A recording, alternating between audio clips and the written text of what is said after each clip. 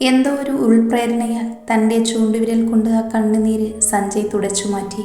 ആ നിമിഷം അവളിൽ ഉണ്ടായ സുരക്ഷിതത്വം കുറച്ചൊന്നുമായിരുന്നില്ല. അവളെ അല്പം നീക്കി നിർത്തി അവൾക്ക് കാവലെന്നതുപോലെ അവൻ അല്പം മുന്നോട്ട് കയറി നിന്നു. ആ നിമിഷം കൊണ്ട് ശിവൻ അവർക്കരികിലേക്ക് എത്തിയിരുന്നു. എന്താ പ്രശ്നം? താൻ ആരാ?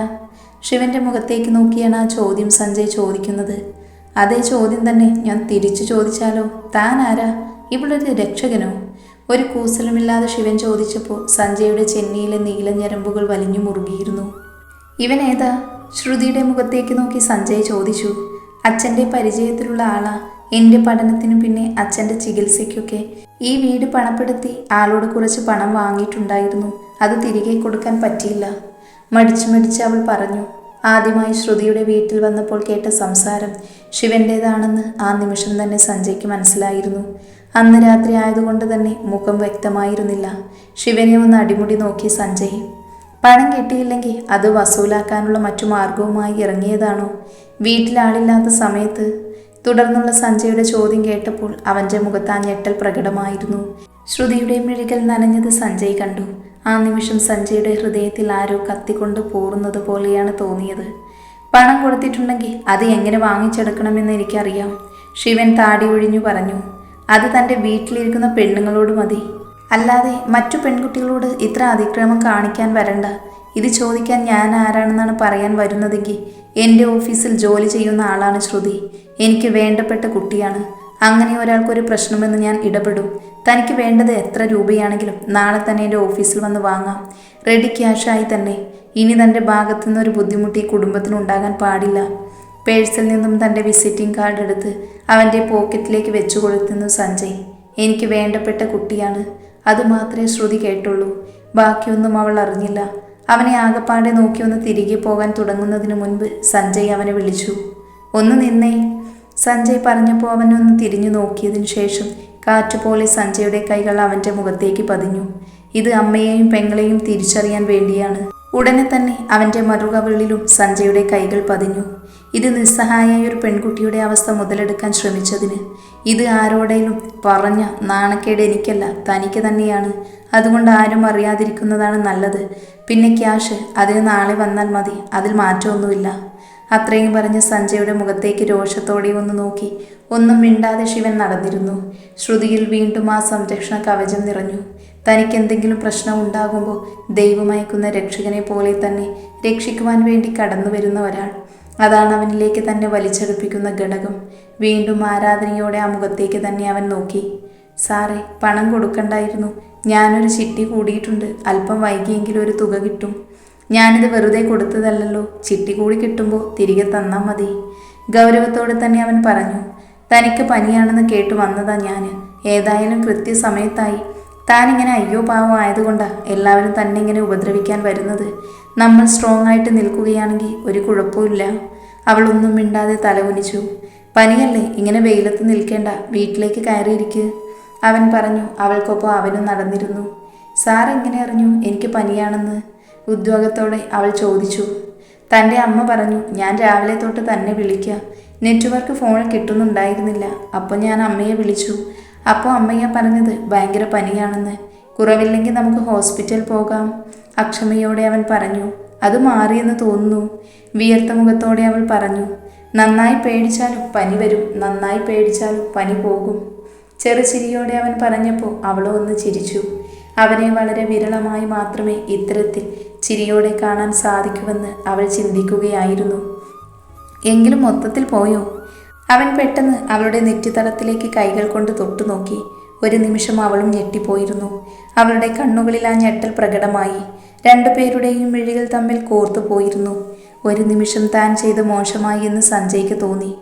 ഞാൻ പനിയുണ്ടോയെന്ന് അറിയാൻ വേണ്ടി തൊട്ടു നോക്കിയതാ, അവനൊരു ക്ഷമാപണം പോലെ പറഞ്ഞു. അവൾ മറുപടിയൊന്നും പറഞ്ഞില്ല. ആ സമയം അവളിൽ നിറഞ്ഞു നിന്നത് ഒരു സംശയമായിരുന്നു. തൻ്റെ മനസ്സിലുള്ളതുപോലെ എന്തെങ്കിലും തന്നോട് അവൻ്റെ മനസ്സിലും ഉണ്ടോ എന്നൊരു സംശയം. ശ്രുതി സത്യമായിട്ടും ഞാൻ അറിഞ്ഞു ചെയ്തതല്ല. അവൻ വീണ്ടും ക്ഷമ പറയുകയാണ്. അവൾ ചെറുചിരിയോടെ അവനെ ഒന്ന് നോക്കി. അവൻ അല്പം ആശ്വാസം തോന്നിയിരുന്നു.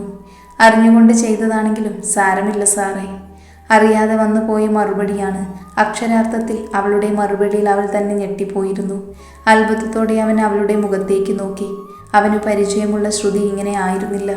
തനിക്കൊപ്പം യാത്ര വരാൻ മടിച്ചവൾ, അറിയാതെ പോലും കൈകളിലൊന്ന് തൊടാൻ സദാസമയം തന്നോട് വഴക്കിടുന്നവൾ, അങ്ങനെയുള്ളവൾ തന്നോട് ഇങ്ങനെ പറയുമെന്ന് അവൻ പ്രതീക്ഷിച്ചിരുന്നില്ല. ശ്രുതിയുടെ മനസ്സിൽ ഉദിച്ചതുപോലെ ഒരു സംശയം ആ നിമിഷം അവൻ്റെ മനസ്സിലും നിറഞ്ഞിരുന്നു. തനിക്ക് അവളോട് തോന്നുന്നത് പോലെ എന്തെങ്കിലും ഫീലിംഗ് അവൾക്ക് തന്നോട് തോന്നുന്നുണ്ടോ എന്നൊരു സംശയം. രണ്ടുപേർക്കും ഉള്ളിൽ പ്രണയം ഇങ്ങനെ വീർപ്പുമുട്ടൽ അനുഭവിക്കുകയാണ്. പരസ്പരം പറയാതെ അറിയാതെ രണ്ടുപേരും ഒരു വാക്കിൻ്റെ അകലം ഇടുകയാണ്. ഒന്നും മൊഴിയാതെ മൗനം ഇരുവർക്കുമിടയിൽ ആധിപത്യം നേടുന്ന നിമിഷങ്ങൾ. താൻ ഇങ്ങനെ ആയിരുന്നില്ലല്ലോ ഇതുവരെ പറഞ്ഞിട്ടുണ്ടായിരുന്നത്. തനിക്കെന്നെ വലിയ സംശയമായിരുന്നില്ലേ? അല്പം മടിയോടെയാണെങ്കിലും തൻ്റെ ഉള്ളിൽ നിറഞ്ഞു നിൽക്കുന്ന സംശയം ദൂരീകരിക്കാനുള്ള ആകാംക്ഷയോടെ അവൻ ചോദിച്ചു. പക്ഷേ ഇപ്പോൾ അങ്ങനെയല്ല സർ. ഈ ലോകത്ത് എനിക്ക് ഏറ്റവും കൂടുതൽ വിശ്വാസമുള്ള ഒരേ ഒരാൾ സാറ് മാത്രമാണ്.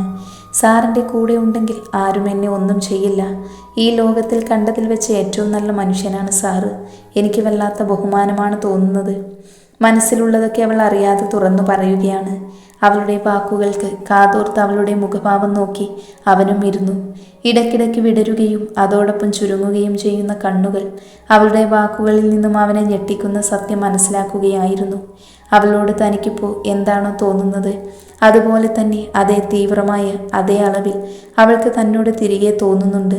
തൻ്റെ ഉള്ളിലും അങ്ങനെയുണ്ടെന്ന് അവൾ അറിഞ്ഞാൽ പിന്നീട് അവൾ സംഭവിക്കുന്ന കാര്യങ്ങളെക്കുറിച്ച് ഒരു നിമിഷം അവൻ അവലോകനം നടത്തി. പാടില്ല, താൻ കാരണം അവളുടെ ഉള്ളിലുള്ള ആ മോഹത്തെ വളർത്തിക്കൂടാ എന്ന് അവൻ ആ നിമിഷം ചിന്തിച്ചിരുന്നു. ഒരാളോടും ഒരു പരിധിയിൽ കവിഞ്ഞ് വിശ്വാസമുണ്ടാവാൻ പാടില്ല ശ്രുതി. അത് ഞാനാണെങ്കിലും താനാണെങ്കിലും ശരി. നമ്മൾ കാണുന്നത് പോലെയല്ല മനുഷ്യന്മാരുടെ ഉള്ള്. ഞാൻ എങ്ങനെയാണെന്ന് തനിക്കിപ്പോഴും അറിയില്ല. പുറത്തു കാണുന്ന എന്നെ മാത്രമേ തനിക്കറിയൂ. തനിക്കറിയാത്ത ഒരുപാട് അധ്യായങ്ങളുള്ളിലുള്ള ഒരു പാഠമാണ് ഞാൻ. അവനത് പറയുന്നതിനിടയിലാണ് അജിത വരുന്നത്. അജിതയെ കണ്ട ഉടനെ തന്നെ അവൾക്കരികിൽ നിന്നും അവൻ എഴുന്നേറ്റിരുന്നു. നടന്ന കാര്യങ്ങളൊന്നും പറയണ്ട എന്ന് മുൻപേ തന്നെ അവൻ പറഞ്ഞതുകൊണ്ട് അവൾ അതിന് മുതിർന്നില്ല. സാറ് വന്നിരുന്നു. ഒരുപാട് നേരമായോ വന്നിട്ട്? വല്ലതും കുടിക്കാൻ കൊടുത്തോടി? അജിത ഭവ്യതയോടെ ചോദിച്ചു. ഇല്ല, കുറച്ചു നേരം ആയതേ ഉള്ളൂ, ശ്രുതി പറഞ്ഞു. ഫോൺ വിളിച്ചിട്ട് കിട്ടുന്നുണ്ടായിരുന്നില്ല. പനിയാണെന്നറിഞ്ഞപ്പോൾ എങ്ങനെയുണ്ട് എന്നറിയാൻ വേണ്ടി ഞാൻ ഇതിലെ പോയപ്പോൾ ഒന്ന് കയറിയതാണ്. ഒരു കള്ളം പറഞ്ഞിരുന്നു സഞ്ജയ്. അത് കള്ളമാണെന്ന് വ്യക്തമായി തന്നെ ശ്രുതിക്ക് മനസ്സിലാക്കാൻ കഴിഞ്ഞു. കയറിയിരിക്കൂ, അജിത പറഞ്ഞു. വേണ്ട, ഞാൻ അമ്മ വരട്ടെ എന്ന് കരുതിയിരുന്നതാണ്. എനിക്ക് പോയിട്ട് അത്യാവശ്യമുണ്ട്, ഇറങ്ങട്ടെ. പറഞ്ഞതിനു ശേഷം അവളെ ഒന്ന് തിരിഞ്ഞുപോലും നോക്കാതെ അവൻ ഇറങ്ങിയിരുന്നു. കണ്ണുകൾക്ക് കോർത്തുപോയാൽ വീണ്ടും ആ കാന്തങ്ങളുടെ ആകർഷണത്തിലായി പോകും താനെന്ന് ഉറപ്പുള്ളത് കൊണ്ടാണ് ഒരു തിരിഞ്ഞു നോട്ടം പോലും അവൻ നൽകാതിരുന്നത്. എന്നാൽ അത് ശ്രുതിയിൽ സമ്മാനിച്ചത് വേദന നിറക്കുന്നൊരു അനുഭവം തന്നെയായിരുന്നു. വീണ്ടും 2 ദിവസങ്ങൾ കൂടി റെസ്റ്റ് എടുത്തതിന് ശേഷമാണ് ശ്രുതി ഓഫീസിലേക്ക് പോകാൻ തയ്യാറായത്. ഇതിനിടയിൽ ശിവൻ ആളെ വിട്ട് ഓഫീസിൽ നിന്നും ചെക്ക് വാങ്ങിപ്പിക്കുകയും ചെയ്തിരുന്നു. അവൻ നേരിട്ടാണ് വരുന്നതെങ്കിൽ ഒരിക്കൽ കൂടി വിശദമായി ഒന്ന് കാണണമെന്നായിരുന്നു സഞ്ജയ് കരുതിയിരുന്നത്. എന്നാൽ ഒരു മോശം അനുഭവം മുന്നിലുള്ളത് കൊണ്ടായിരിക്കാം അവൻ നേരിട്ട് എത്താതിരുന്നത്. പിറ്റേ ദിവസം ശ്രുതി ജോയിൻ ചെയ്തപ്പോൾ എല്ലാവരും അവളെ തന്നെയാണ് ഉറ്റുനോക്കിയത്. ഓഫീസിനുള്ളിൽ പലർക്കുമിടയിൽ എന്തൊക്കെയോ പുകയുന്നുണ്ടായിരുന്നു എന്ന് അവൾക്ക് തോന്നിയിരുന്നു. ചെന്നൈയിൽ നിന്നും വന്നതിനു ശേഷം ശ്രുതി ഓഫീസിൽ എത്തിയിട്ടില്ല എന്നും പിന്നീട് സഞ്ജയിലുണ്ടായ ചില മാറ്റങ്ങളും ആളുകൾ ശ്രദ്ധിച്ചിരുന്നു. അതുകൊണ്ട് തന്നെ ചെറുതല്ലാത്ത രീതിയിലുള്ള ഒരു കഥ ഓഫീസിൽ വളർന്നിട്ടുണ്ടായിരുന്നു. എന്നാൽ അതാരും ആരോടും പരസ്പരം പങ്കുവച്ചിരുന്നില്ലെന്ന് മാത്രം. ചില സൗഹൃദ വലയങ്ങളിൽ ഒരു ചെറിയ കഥ പോലെ അത് ഉയർന്നു വന്നു. ആരെങ്കിലും കേട്ടാലോ എന്ന് ഭയന്ന് പറഞ്ഞവർ തന്നെ ആ കഥയെപ്പറ്റി കൂടുതൽ വിശദീകരണം നടത്താതെ പോയി. എങ്കിലും ശ്രുതിയെയും സഞ്ജയെയും ഒരുമിച്ച് കാണുമ്പോഴൊക്കെ എല്ലാവരുടെയും മുഖത്ത് നിറയുന്ന ഭാവങ്ങളിൽ എന്തൊക്കെയോ ശ്രുതിക്ക് മനസ്സിലാകുന്നുണ്ടായിരുന്നു. ഒരു ദിവസം ക്യാൻറ്റീനിൽ വെച്ച് അനുഗ്രഹിയാണ് അവളുടെ ഈ കാര്യം തുറന്നു പറയുന്നത്. ഞാനൊരു കാര്യം ചോദിച്ചാൽ താനത് മോശം സെൻസിൽ എടുക്കരുത്. എന്താടോ? താനും സഞ്ജയ് സാറും തമ്മിൽ എന്തെങ്കിലും പ്രശ്നമുണ്ടോ? എന്ത് പ്രശ്നം? മനസ്സിലാവാതെ ശ്രുതി ചോദിച്ചു. അന്ന് ചെന്നൈയിൽ നിങ്ങൾ ബിസിനസ് മീറ്റിങ്ങിന് പോയതിനു ശേഷം എന്തെങ്കിലും പ്രശ്നം നടന്നു? തിരിച്ചു വന്നതിനു ശേഷം സാറിൻ്റെ ക്യാരക്ടർ ആകെ മാറിയതുപോലെ. ഒന്നിലൊരു ശ്രദ്ധയുമില്ല. തൻ്റെ കാര്യം പറയുമ്പോൾ സാർ ഭയങ്കരമായിട്ട് ശ്രദ്ധിക്കുകയും ചെയ്യുന്നുണ്ട്. താൻ ലീവായിരുന്ന ദിവസങ്ങളിലൊക്കെ ഭയങ്കര അപ്സെറ്റ് മൈൻഡായിരുന്നു. അതുകൊണ്ട് തന്നെ പലരും പല കഥകളും പറയുന്നുണ്ട്. ഞാൻ തന്നോടുള്ളൊരു സൗഹൃദത്തിൻ്റെ പുറത്ത് ചോദിച്ചതാ. സഞ്ജയ് സാറ് അങ്ങനെ സ്ത്രീ വിഷയങ്ങളിലൊന്നും താല്പര്യമുള്ള ആളല്ല. തന്നോട് ഞാൻ പറഞ്ഞിട്ടില്ലേ, ഈ ഓഫീസിൽ തന്നെ സ്ത്രീകളോട് വളരെ വിരളമായി സംസാരിക്കുള്ളുള്ളത്. പക്ഷേ തൻ്റെ കാര്യം പറയുമ്പോൾ സാറിനൊരു പ്രത്യേക ഉത്സാഹം. താനില്ലാത്തപ്പോൾ സാറിന് വല്ലാത്തൊരു അസ്വസ്ഥത അലട്ടുന്നത് പോലെ തോന്നുന്നുണ്ട്. അതിപ്പോൾ എനിക്ക് തോന്നിയതല്ല, ഈ ഓഫീസിലുള്ള എല്ലാവർക്കും തോന്നിയതാണ്. നമ്മളോടെന്നും ഇടപെടുന്ന ഒരാൾ, അയാളിൽ ഉണ്ടാകുന്ന മാറ്റം നമുക്ക് പെട്ടെന്ന് മനസ്സിലാക്കാലോ. അടുത്ത് കിടക്കുന്നവനെ രാപ്പനെ അറിയൂ എന്ന് പറയുന്നത് പോലെ.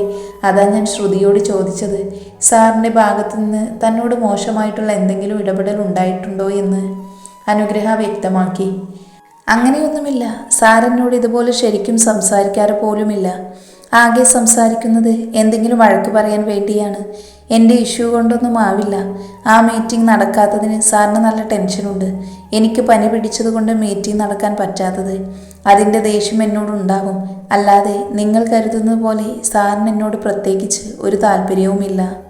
അനുഗ്രഹയുടെ വെളിപ്പെടുത്തൽ ശ്രുതിയിൽ ഒരു സന്തോഷം നിറച്ചിരുന്നു. തൻ്റെ അഭാവത്തിൽ അവൻ അസ്വസ്ഥനായി എന്നാൽ അതിനർത്ഥം തന്നിൽ നിറഞ്ഞതുപോലെ എന്തൊക്കെയോ വികാരങ്ങൾ അവനിലും നിറഞ്ഞു എന്നല്ലേ. അവൾ സ്വയം അവളോട് ചോദിച്ചിരുന്നു. എന്നാൽ അത് എങ്ങനെ മനസ്സിലാക്കും? അവനോട് നേരിട്ട് ചോദിക്കാനുള്ള ധൈര്യം തനിക്കില്ല. പണ്ടത്തെ പോലെയല്ല. ഇപ്പോൾ ഓഫീസിലിരിക്കുമ്പോൾ തനിക്കരികിൽ വന്നവനിരിക്കാറില്ല. എന്നാൽ താൻ ശ്രദ്ധിക്കാതിരിക്കുമ്പോൾ തന്നെ വീക്ഷിക്കാറുണ്ട്. തൻ്റെ അരികിൽ അധികം സംസാരിക്കാറില്ല. സംസാരിച്ചാൽ തന്നെ മുഖത്ത് നോക്കാറുമില്ല. അവൻ്റെ മാറ്റങ്ങൾക്ക് ശ്രുതിക്ക് മനസ്സിലാകുന്നുണ്ടായിരുന്നു. അന്ന് വൈകുന്നേരം അവനോട് യാത്ര പറഞ്ഞ് ബസ്സിലേക്ക് കയറുമ്പോഴും അവനൊന്ന് നോക്കിയിരുന്നെങ്കിൽ എന്ന് ശ്രുതി ആഗ്രഹിച്ചിരുന്നു. എന്നാൽ അത് ഉണ്ടായിരുന്നില്ല. രാത്രിയിൽ ഏറെ വൈകി ലാപ്ടോപ്പ് തുറന്ന് ജോലി ചെയ്തുകൊണ്ടിരിക്കുമ്പോഴാണ് പതിവില്ലാത്ത സമയത്ത് അനുഗ്രഹയുടെ ഫോൺ കോൾ വരുന്നത്. ഒരു നിമിഷം സഞ്ജയ് അത് എടുക്കാനൊന്ന് മടിച്ചിരുന്നു. പിന്നെ ഈ രാത്രി സമയത്ത് പൊതുവെ അവൾ വിളിക്കുന്നതല്ല. എന്തെങ്കിലും അത്യാവശ്യമായിരിക്കുമെന്ന് കരുതിയാണ് അവൻ ഫോൺ എടുത്തത്. എന്താടോ? സഞ്ജയ് ചോദിച്ചു. ശ്രുതിയുടെ അമ്മ വിളിച്ചിട്ടുണ്ടായിരുന്നു സർ. ആ കുട്ടി ഇപ്പോഴും വീട്ടിൽ ചെന്നിട്ടില്ലെന്നാണ് പറയുന്നത്. നമ്മുടെ ഓഫീസിൽ നിന്ന് സാധാരണ സമയത്ത് ഇറങ്ങിയത്. അവളുടെ ഫോണ് സ്വിച്ച് ഓഫ്. സാറിനെ വിളിച്ചിട്ട് എന്തെങ്കിലും പറഞ്ഞിരുന്നു. സമയം ഇപ്പോൾ 9:45 ഇതുവരെയായിട്ടും വീട്ടിൽ ചെന്നിട്ടില്ല എന്ന് പറയുമ്പോൾ എന്താണെന്ന് മനസ്സിലാവുന്നില്ല. അനുഗ്രഹയുടെ വെളിപ്പെടുത്തൽ കേട്ട് സഞ്ജയ് ഭയന്നിരുന്നു. അവൻ ശ്വാസമെടുക്കാൻ മറന്നു. പ്രാണൻ പിടയുന്നു. ഹൃദയം തപിക്കുന്നു. എവിടെ പോയതാണെന്ന് എനിക്കറിയില്ല അനുഗ്രഹ.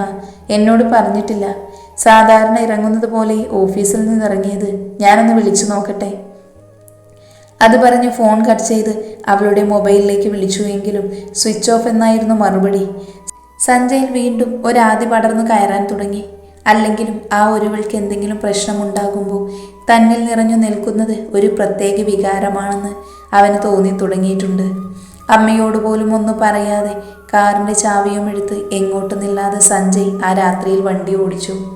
എവിടേക്ക് പോകും, ആരോട് തിരക്കും എന്നൊന്നും അവനറിയില്ലായിരുന്നു. ബസ് സ്റ്റോപ്പിലും ഓട്ടോ സ്റ്റാൻഡിലുമൊക്കെ തിരക്കി. വെറുതെ സിറ്റിയിലൂടെ വണ്ടി ഓടിച്ചപ്പോഴാണ് ഒരു കടയുടെ മുൻപിൽ വലിയൊരു ആൾക്കൂട്ടം കണ്ടത്. ആൾക്കൂട്ടത്തിനരികിൽ കൊണ്ടുവന്ന് കാറ് നിർത്തി അവിടെയുള്ള ഒരാളോട് എന്താണ് സംഭവമെന്ന് തിരക്കി. വൈകുന്നേരം ഒരു ബസ് മറിഞ്ഞതാണ് സാറേ. എല്ലാവരെയും ഇവിടുത്തെ ഗവൺമെൻറ് ആശുപത്രിയിലോട്ട് കൊണ്ടുപോയിട്ടുണ്ട്. കുറേ പേർ സീരിയസ് ആണ്. വണ്ടിയെടുത്ത് മാറ്റിയിട്ടില്ല. അതിനാൾ വരികയായിരുന്നു. അവിടെ നിന്ന് ഒരാൾ പറഞ്ഞപ്പോൾ സഞ്ജയുടെ ഹൃദയത്തിൽ ഒരു വെള്ളരി വെട്ടിയിരുന്നു. ബസ്സിലാണ് അവൾ വീട്ടിലേക്ക് പോകുന്നത്. എപ്പോഴേ സംഭവം നടന്നത്? അയാളോട് സഞ്ജയ് ചോദിച്ചു. ഒരു 5:45 6 മണി ആയിട്ടുണ്ടാകും. പിന്നെ മറിച്ചൊന്നും ചിന്തിച്ചില്ല സഞ്ജയ്. നേരെ ആശുപത്രിയിലേക്ക് കാറ് തിരിച്ചുവിട്ടു. യാത്രയിൽ അറിയാതെ കണ്ണുകൾ നിറഞ്ഞു. ഒരിക്കൽ ഉപേക്ഷിച്ച ദൈവങ്ങളോട് അവൾക്ക് വേണ്ടി കെഞ്ചി അപേക്ഷിച്ചു. അവൾക്കൊന്നും പറ്റല്ലേ എന്ന പ്രാർത്ഥന ജപം പോലെ അവൻ്റെ അധരങ്ങളിൽ ഉതിർന്നു.